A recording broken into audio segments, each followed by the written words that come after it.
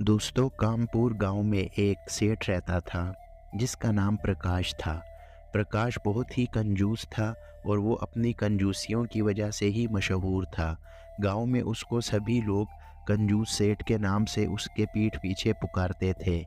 लेकिन प्रकाश सेठ इसकी परवाह ना करता और वो हमेशा धन जमा करने में ही लगा रहता था।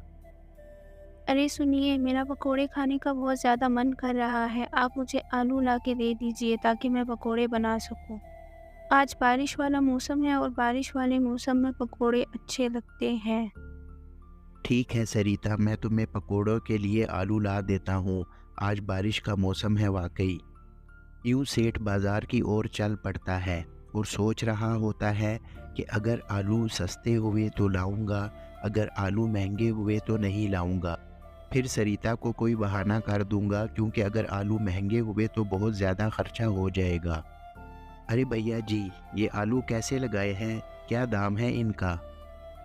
अरे भैया जी, बहुत ही ताज़े आलू हैं, आज ही खेत से तोड़ के लाया हूँ। बताएं कितने किलो डाल दूँ, 2 किलो के 3 किलो, कितने लेके जाने हैं? अरे इतने महंगे आलू कौन बेचता है? तुम लोग क्यों इतनी महंगाई कर रहे हो? अजीब लूट मचा रखी है, इतने महंगे आलू। अरे सेठ जी, आप भी कमाल करते हैं। मंडी में सबसे सस्ता दाम मेरा है। मैं सबसे सस्ते आलू बेचता हूँ। आपने अगर लेने हैं तो ले, मेरा समय बर्बाद मत करे जाए। नहीं लेने आलू मैंने तुमसे, अपने आलू अपने पास रखो। मैं जा रहा हूँ। ठीक है, अपने पास रखो। यूँ सेठ वहाँ से चला जाता है और सोच रहा होता है कि इतने महंगे आलू कौन खरीदे। मैं सरिता को कोई बहाना कर दूंगा, वो कुछ और बना लेगी। इस तरह तो मेरा बहुत ज़्यादा खर्चा हो जाएगा। भला मैं अपना धन सिर्फ आलूओं पर लुटाता फिरूं, ये भी कोई बात हुई? भला कुछ और बना लेगी सरिता। सेठ थोड़ा सा ही दूर जाता है तो उसको एक जलेबी वाला नज़र आ रहा होता है। उसके जलेबी की खुशबू दूर तक आ रही होती है और वो आवाज़ें लगा रहा होता है कि जलेबी ले लो जलेबी। तो सेठ ये फ़ैसला करता है कि मैं सरिता के लिए जलेबी ले जाऊं, वो खुश हो जाएगी जलेबी। जी सेठ जी, क्या हाल है आपका? बताइए कितनी जलेबी डाल दूं, कितनी किलो डालूं? बताएं, 1 किलो के 2 किलो? बहुत ही स्वादिष्ट जलेबी है, अभी अभी ताज़ा निकाली है मैंने। अरे हाँ, जलेबी तो तुम्हारी ताज़ा लग रही है और इसकी खुशबू भी दूर दूर तक जा रही है। तुम ये बताओ कि इसका क्या दाम लगाया है तुमने? कैसे बेच रहे हो जलेबी, किस तरह रुपए किलो? अरे सेठ जी, आप क्यों भेदभाव करते हैं? आप तो इतने अमीर हैं, सेठ हैं, इतना धन है आपके पास, इतना पैसा जमा किया है, तो फिर क्यों ये भेदभाव करते हैं? वैसे मैंने 60 रुपए किलो लगाई है, बताइए कितने किलो डाल दूँ? अरे ना ना भैया, इतनी महंगी जलेबी तो मैं कभी भी ना लूं। इतनी महंगी जलेबी कौन बेचता है? तुम सारों ने आज यहाँ पर लूट मचा रखी है। जिसके पास भी जाओ वो इतनी महंगी चीज़ें दे रहा है। ठीक है सेठ जी, आपने नहीं लेनी जलेबी तो मत ले, यहाँ से चले जाए, मेरा समय बर्बाद मत कीजिए। और भी ग्राहक आ रहे हैं, मैंने उनको भी देखना है। सेठ उस जलेबी वाले से भी बगैर जलेबी ख़रीदे चला जाता है वहाँ से। सेठ की ये बहुत बुरी आदत होती है कि वो दाम पूछता है लेकिन फिर चीज़ नहीं ख़रीदता और महंगाई का बहाना बनाकर वहाँ से खाली लौट जाता है। ये आदत सेठ की लोगों को बहुत बुरी लगती है, क्योंकि सेठ बहुत कंजूस होता है, वो धन जमा करता है। यूँ सेठ खाली हाथ घर जा रहा होता है और सोच रहा होता है कि मैं सरिता को क्या कहूँगा। वो आज फिर गुस्सा होगी कि मैं आज फिर आलू नहीं लेके गया। मैं क्या करूँ? वो इतने महंगे आलू थे। भला इतने महंगाई के दौर में इतने महंगे आलू कौन बेचता है? और कोई बेवकूफ़ ही होगा जो वो इतने महंगे आलू लेकर खाएगा। मुझे तो ये सब नहीं पसंद बिल्कुल। अरे सेठ जी, आप कहाँ रह गए थे? मैंने तो आपको आलू लेने के लिए भेजा था और आप तो खाली हाथ घर आ गए हैं। अरे सरिता, दरअसल वो आलू बहुत महंगे बेच रहा था। वो 10 रुपए किलो आलू बेच रहा था। इस महंगाई के दौर में 10 रुपए आलू भला कौन लेता है? तो इसलिए मैं आलू नहीं ला सका। 1 महीने से आपको बोल रही हूँ कि मुझे आलू ला दीजिए, मेरा पकोड़े खाने का मन कर रहा है, लेकिन आप हमेशा की तरह कोई न कोई बहाना कर देते हैं। कंजूसी की भी कोई हद होती है। आपने इतना धन जमा किया है, आखिर इस धन को आप कहाँ लेकर जाएँगे? अगर कल आपने मुझे आलू ना ला के दिए तो मैं कुछ भी नहीं बनाऊँगी आपके लिए, ये सुन लीजिए। अरे ठीक है, मैं कल तुम्हारे लिए आलू ला दूँगा। अब तुम जाकर मेरे लिए कुछ खाना बना दो, मुझे बहुत सख्त भूख लगी है। कल तुम्हें आलू मिल जाएँगे। ये आपके लिए आखिरी चेतावनी है, अगर कल आलू आप ना लेकर आए तो घर में कुछ भी नहीं बनेगा। सुन लिया आपने? चलो ये तो चली गई, कल इसके लिए कहीं से सस्ते आलू लेकर आऊँगा, क्योंकि ये तो मेरी जान नहीं छोड़ेगी ऐसे। आज 10 रुपए आलू के पीछे मेरी जेब खाली हो जाती, कल इसके लिए कोई इंतज़ाम करता हूँ कहीं से। अरे रामू, तुम्हें पता है साथ वाले गांव में आलू की बोरी बहुत सस्ती मिल रही है। यहाँ पर तो आलू बहुत ज़्यादा महंगे हैं, लेकिन साथ वाले गांव में आलू बहुत सस्ते हैं। मैं कल जाकर एक बोरी ले आऊँगा अपने लिए। अरे हाँ हाँ, तुम ठीक कह रहे हो। मैं भी कल तुम्हारे साथ चलूँगा और मैं भी अपने लिए एक आलू की बोरी लाऊँगा। सेठ उन दोनों की बातें सुन लेता है और दिल में कहता है कि मैं अभी ही जाकर एक आलू की बोरी दूसरे गांव से ले आता हूँ। इस तरह मेरी सरिता से जान भी छूट जाएगी और मेरे पैसे भी इस तरह कम खर्च होंगे। यूं सेठ दूसरे गांव की ओर चल पड़ता है और दिल ही दिल में सोच रहा होता है कि मेरी किस्मत भी बहुत अच्छी है कि मैंने इन दोनों की बातें सुन ली और मुझे पता चल गया कि साथ वाले गांव में सस्ते दाम आलू बिक रहे हैं। नहीं तो ये मेरी जेब खाली हो जानी थी आज। अब मैं बोरी लाऊंगा आलू की, इससे सरिता भी खुश हो जाएगी और मेरे पैसे भी बच जाएंगे। अरे भैया, ये आलू के क्या दाम लगाए हैं? एक बोरी किस तरह की दे रहे हो? मैंने सुना है सस्ते में दे रहे हो। अरे सेठ जी, मैं ये आलू की बोरी 200 रुपये में दे रहा हूँ, कितनी चाहिए आपको? ठीक है, मुझे एक बोरी दे दो आलूओं की, ये वाली देना मुझे ज़रा। ठीक है सेठ जी, आपको जौन से आलू की बोरी पसंद है वो उठा लीजिए, अपनी मर्ज़ी से ले लीजिए आप। अरे भैया, ये बोरी तो बहुत ही भारी है, मेरा तो मन नहीं कर रहा इसको उठाने को। ये तो बहुत भारी है, मेरे से चलने भी नहीं हो रहा। कोई सवारी मिल जाए तो ठीक है, नहीं तो इसको उठाकर घर ले जाना पैदल वो बहुत मुश्किल काम है। सेठ यहाँ वहाँ देखता है लेकिन उसको दूर दूर तक कोई भी सवारी वाला नज़र नहीं आता। वो सोच रहा होता है कि अब तो पैदल ही घर जाना पड़ेगा और रात भी हो रही है। सेठ को डर लग रहा होता। सेठ वो आलू की बोरी उठाकर पैदल ही घर की ओर चल पड़ता है और सोच रहा होता है कि शाम ढलने वाली है और रात आने वाली है। भला वो इस रात में इन जंगलों से कैसे गुजरेगा? सेठ को बहुत डर लग रहा होता है, लेकिन वो मजबूर होता है क्योंकि कोई सवारी नहीं होती वहाँ पर कि घर जा सके। यूं सेठ पर जंगल में ही रात हो जाती है और उसको बहुत ज़्यादा डर लग रहा होता है कि अगर यहाँ पर कोई जानवर निकल आया तो उसको नुकसान पहुँचा देगा। सेठ बहुत ज़्यादा दुआएं कर रहा होता है कि वो सही सलामत घर पहुँच जाए, नहीं तो आज बहुत मसला हो जाएगा। अरे ये तो बहुत काली रात हो गई है और अगर इस काली रात में इस जंगल में मेरे ऊपर कोई खूंखार जानवर आ गया तो वो मुझे कच्चा चबा जाएगा।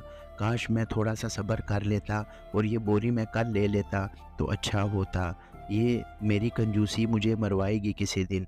बस अब मैं अगर घर सही सलामत पहुंच गया तो मैं पूरे गांव वालों को भोजन करवाऊंगा, ये मेरा वादा है मेरे साथ। यूं सेठ सही सलामत घर की तरफ जा रहा होता है और उसे बहुत डर भी लग रहा होता है कि इस जंगल में उसको कोई नुकसान ना पहुंचा दे। और वो अपने साथ वादा कर चुका होता है कि अगर वो सही सलामत घर पहुंच गया तो वो पूरे गांव वालों को भोजन करवाएगा। अरे आप कहाँ रह गए थे? पूरी रात आप घर नहीं आए, मैं तो बहुत ज़्यादा परेशान हो गई थी। कहाँ चले गए थे आप? बंदा बता कर जाता है। अरे मैं तुम्हारे लिए आलू की बोरी लेने गया था, साथ वाले गांव में सस्ते दाम आलू बिक रहे थे तो मैं वहाँ लेने चला गया तुम्हारे लिए ये। और मेरे ऊपर रात हो गई और कोई सवारी भी नहीं मिली तो मुझे रात जंगल में गुजारनी पड़ी। और मैं अपने साथ वादा किया था कि अगर मैं सही सलामत पहुँच गया घर तो मैं पूरे गांव वालों को भोजन करवाऊंगा, क्योंकि बहुत डर लग रहा था। अच्छा तो ये बात थी, लाइए आलू मुझे दे दीजिए, मैं इसको किचन में रख देती हूँ। पर अब आपने गाँव वालों को भोजन करवाना है वरना बहुत ज़्यादा पाप होगा। अरे ये तो बहुत ज़्यादा खर्चा हो जाएगा अगर मैंने पूरे गांव वालों को भोजन करवाया तो। मैं भी जज्बात में गलत वादा कर बैठा। अब क्या होगा? ये तो बहुत ज़्यादा खर्चा होगा क्योंकि गांव के बहुत ज़्यादा लोग हैं यहाँ पर। अरे कुछ भी हो जाए, अब आप सही सलामत घर पहुंच गए हैं। अगर आपने गांव वालों को भोजन ना कराया तो ये बहुत बड़ा पाप हो जाएगा। और फिर हमारे साथ बहुत ज़्यादा बुरा होगा। तभी सेठ के दिमाग में एक आइडिया आता है और वो कहता है कि इन सारे गांव वालों को भोजन भी करवा दूंगा और मेरा खर्चा भी नहीं होगा। वो कहता है कि बहुत शातिर दिमाग है मेरा। अरे हलवाई, मेरी बात सुनो। तुमने एक ऐसी मिठाई बनानी है कि जो ना खाई जाए और ना चबाई जाए। अरे सेठ जी, आप ऐसी मिठाई का भला क्या करेंगे जो ना खाई जाए और ना चबाई जाए? भला ऐसी मिठाई को कौन लेकर जाता है? देखो हलवाई, तुमसे जितना कहा जाए उतना ही करो। ज़्यादा शान पति मत करो। जो मैंने तुम्हें कह दिया है वही करना होगा। ठीक है सेठ जी, मैं बना दूंगा। आप मुझे ये बता दीजिए कि आपको ये मिठाई कितनी और कब चाहिए? मुझे ये मिठाई कल दिन तक चाहिए और खूब ढेर सारी बनाना, ठीक है? क्योंकि मैंने पूरे गांव वालों को भोजन करवाना है। समझ गए? कल दिन तक ले आना यहाँ। ठीक है सेठ जी, मैं कल दिन तक ले आऊँगा। अब मैं चलता हूँ, मुझे इजाज़त दीजिए। अगले दिन गांव के सभी लोग सेठ के घर के बाहर पहुंच जाते हैं भोजन करने के लिए। अरे सेठ जी, आपने अभी तक खाने का इंतज़ाम नहीं किया? हमें तो बहुत भूख लगी है, जल्दी से भोजन का इंतज़ाम कर। अरे हाँ हाँ, थोड़ा सा तो रुकिए, भोजन का इंतज़ाम मुकम्मल है। थोड़ा सा सब्र कीजिए, भोजन तैयार हो रहा है, आप बस थोड़ा सा इंतज़ार कर। यूँ गांव के सभी लोग भोजन के इंतज़ार में बैठ जाते हैं और सेठ दिल ही दिल में खुश होता है कि आज इनको भोजन भी खिलाऊंगा और ख़र्चा भी नहीं होगा। अरे सेठ जी, ये क्या? इस एक लड्डू से हमारा क्या बनेगा? हम तो बहुत भूखे हैं। मैंने तो सुबह का कुछ नहीं खाया और लोगों का भी यही हाल है। आप कोई थाली का इंतज़ाम कीजिए, कोई अच्छे पकवान का इंतज़ाम कीजिए। अरे चिंता मत कीजिए, और पकवान भी बनवाए हैं मैंने। दरअसल पहले ये जो बंदा लड्डू खाएगा उसको सबसे पहले थाली मिलेगी पकवान की। आप चिंता बिल्कुल मत कीजिए। यूँ गांव वाले उन लड्डुओं को खाना शुरू कर देते हैं और वो खूब आनंद लेकर वो लड्डू खा रहे होते हैं, क्योंकि वो लड्डू बहुत ही स्वादिष्ट होते हैं। सेठ बहुत परेशान होता है कि उन सारों ने लड्डू बड़े आसानी से खा लिए। वो दिल ही दिल में सोच रहा होता है कि ये हलवाई ने कैसे लड्डू बनाए थे, ये तो इतनी आसानी से खा गए हैं सारे लड्डू। अरे सेठ जी, अब तो हमने लड्डू भी खा लिए हैं, अब तो कोई पकवान का इंतज़ाम कीजिए, हमारे से भूख बिल्कुल भी बर्दाश्त नहीं हो रही। अरे हाँ, पकवान तो बस आने को है, थोड़ा सा इंतज़ार कीजिए, सब पकवान तैयार हैं। यूँ सेठ वो पकवान ले आता है और उन गांव वालों के आगे रख देता है। सभी गांव वाले खूब आनंद लेकर वो पकवान खा रहे होते हैं, क्योंकि वो बहुत स्वादिष्ट होते हैं और सेठ परेशान होता है। अरे सेठ जी, आपका बहुत धन्यवाद। आपने हमें इतना अच्छा भोजन खिलाया, आपका बहुत शुक्रिया। वैसे आपसे तो कोई चीज़ मिलने की उम्मीद नहीं होती, लेकिन पता नहीं ऊपर वाला आज कहाँ से मेहरबान हो गया कि आज आपने सारे गांव वाले को भोजन खिलाया। सेठ बहुत परेशान होता है कि आज उसका इतना खर्चा हो गया। वो सोच रहा होता है कि उस हलवाई ने एक ऐसी मिठाई बनाई थी, ये तो हर कोई आसानी से खा गया था। अरे क्या हुआ? आप क्यों इतने ज़्यादा परेशान हैं? कुछ तो बताइए। अरे आज मेरा बहुत ज़्यादा खर्चा हो गया। उस हलवाई को मैंने कहा भी था कि तुमने ऐसी मिठाई बनानी है जो ना खाई जाए ना चबाई जाए, लेकिन उसने अजीब मिठाई बनाई और फिर वो सारे गांव वाले आसानी से खा गए और मेरा फिर पकवान पे बहुत ज़्यादा खर्चा हो गया।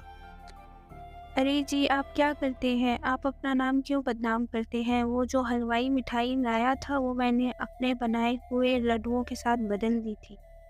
आपकी इन्हीं हरकतों की वजह से पूरे गांव में लोग आपको कंजूस सेठ कहते हैं। हमारे पास इतना धन है, हम उसका क्या करेंगे अगर हम उसको खर्च ही नहीं करेंगे तो? आप धन खर्च किया करें ताकि लोग आपका मजाक ना उड़ाया करें, क्योंकि कंजूस आदमी को कोई भी पसंद नहीं करता और सब गांव के लोग उसका बहुत ज़्यादा मजाक उड़ाते रहते हैं। अरे सरिता, तुमने मेरी आज आंखें खोल दी। तुमने बिल्कुल ठीक कहा कि गांव में लोग मेरा मजाक उड़ाते हैं। आइंदा के बाद मैं बिल्कुल भी कंजूसी नहीं करूंगा, बल्कि सबके साथ अच्छा सलूक करूंगा, ये वादा है। तो दोस्तों, सेठ की तो आंखें खुल गई और उसने कंजूसी छोड़ दी, क्योंकि कंजूसी बहुत बुरी आदत है। हम सबको खर्च करना चाहिए। तो दोस्तों, आपको हमारी आज की कहानी कैसी लगी? आप हमें कमेंट में ज़रूर बताना और हमारे चैनल को सब्सक्राइब कीजिए और बेल आइकन ज़रूर प्रेस कीजिए।